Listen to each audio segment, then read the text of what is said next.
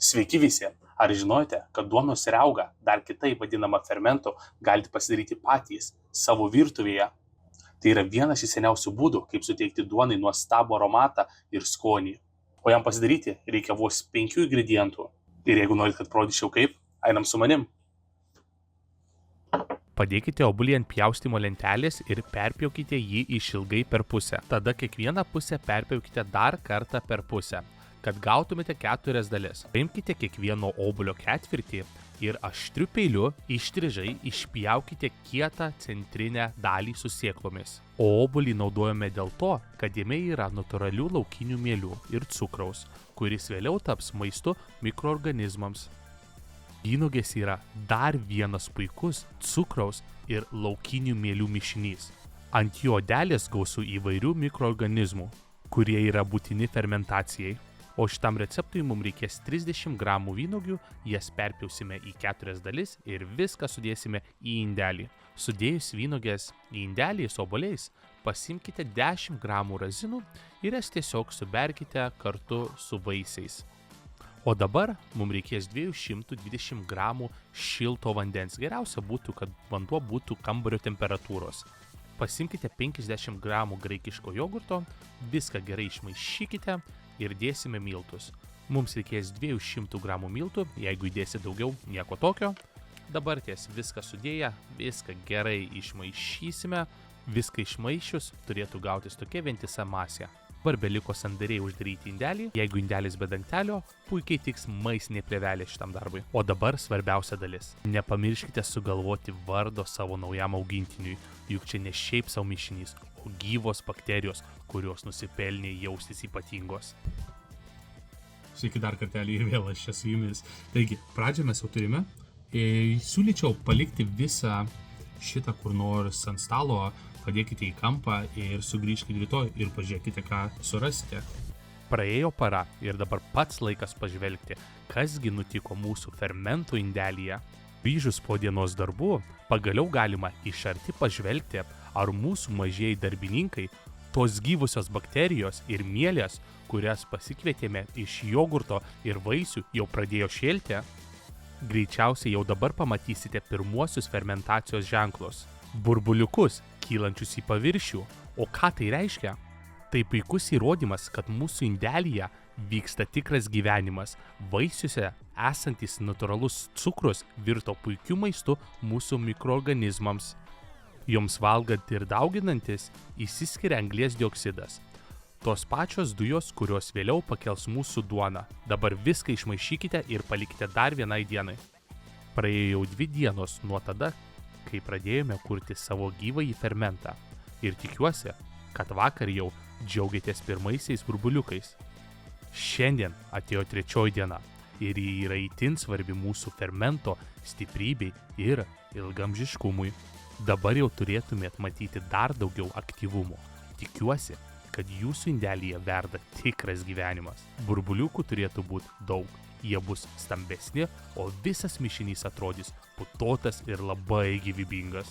Kvapas taip pat turėtų būti intensyvesnis, maloniai rūgštus, galbūt šiek tiek vaisinis, bet jaučiamas ryškus mielių aromatas. O mūsų šiandienos misija – pamaitinti mūsų sparčiai augančių bakterijų ir mielių armiją. Mums reikės 65 gramų miltų ir 40 gramų vandens. Tai yra labai svarbu. Įdedami miltus, mes sutikime joms naują gausų angliavandenių šaltinį. Tai kaip naujo maisto porcija, kuri leis joms daugintis ir gaminti daugiau dujų. O vanduo padeda sumaišyti miltus ir išlaikyti tinkamą fermento konsistenciją, kad mikroorganizmams būtų patogu dirbti ir plisti. Tai tarsi jų namų atnaujinimas ir maisto papildymas, garantuojantis, kad fermentas augs stiprus ir galingas. Štai ir atėjo 4 diena mūsų fermentacijos kelionėje ir dabar jau turime matyti tikrai aktyvų, burbuliuojantį ir gyvybingą, pulsuojantį fermentą. Burbuliukų turi būti labai daug. Kvapas taip pat turėtų būti stiprus, maloniai rūgštus, su aiškiu mielių aromatu. O mūsų fermento šiandien laukia labai svarbus žingsnis. Pirmasis – nulupimas ir rimtas maitinimas. Iš pradžių iš indelio paimsime 150 gramų aktyvaus fermento. Labai svarbi detalė. Dabar mums reikės tik pačio fermento, be vaisių likučių. Vaisiai jau atliko savo darbą, jie pažadino ir pamaitino pradinės mieles ir bakterijas. Dabar jų nebereikia, nes didžioji dalis mikroorganizmų jau gyvena miltuose ir vandenyje. O dabar į indelį su fermentu įdėsime 150 gramų šviežių miltų ir 150 gramų vandens. Tai ne tik maisto papildymas, bet ir puikia proga fermentui atsistatyti.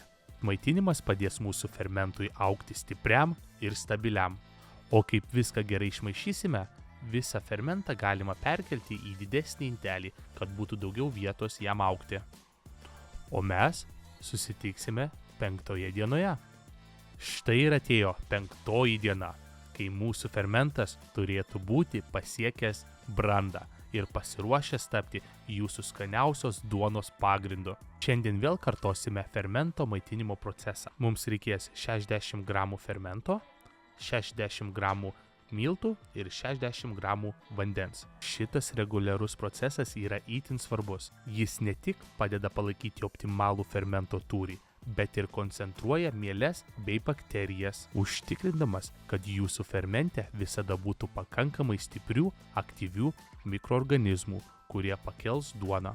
Tai padeda išvengti per didelio rūgštingumo ir garantuoja, kad fermentas būtų nuolat šviežias ir energingas. O norėdami patikrinti, ar jūsų fermentas yra paruoštas duonos kepimui, jums reikėtų atlikti plūduriavimo testą. Tai pats populiariausias ir patikimiausias būdas. Paimkite nedidelį šaukštelį fermento maždaug po 4-6 valandų po pamaitinimo ir įdėkite jį į vandens stiklinę. Jeigu jūsų fermentas plūduriuoja vandens paviršiuje, vadinasi, jame yra pakankamai anglies dioksido burbuliukų, kurie rodo, kad jis yra aktyvus ir pasirengęs kildinti duoną. O jeigu jis grimsta žemyn, palaukite dar keletą valandų ir pakartokite testą dar kartą. Štai ir viskas. Tikiuosi, kad ši kelionė per fermento kūrimo procesą buvo ne tik informatyvi, bet ir įkvepianti. Dabar, turėdami savo gyvąjį fermentą, esate pasiruošę kepti skaniausią, aromatiškiausią ir pačią geriausią naminę duoną.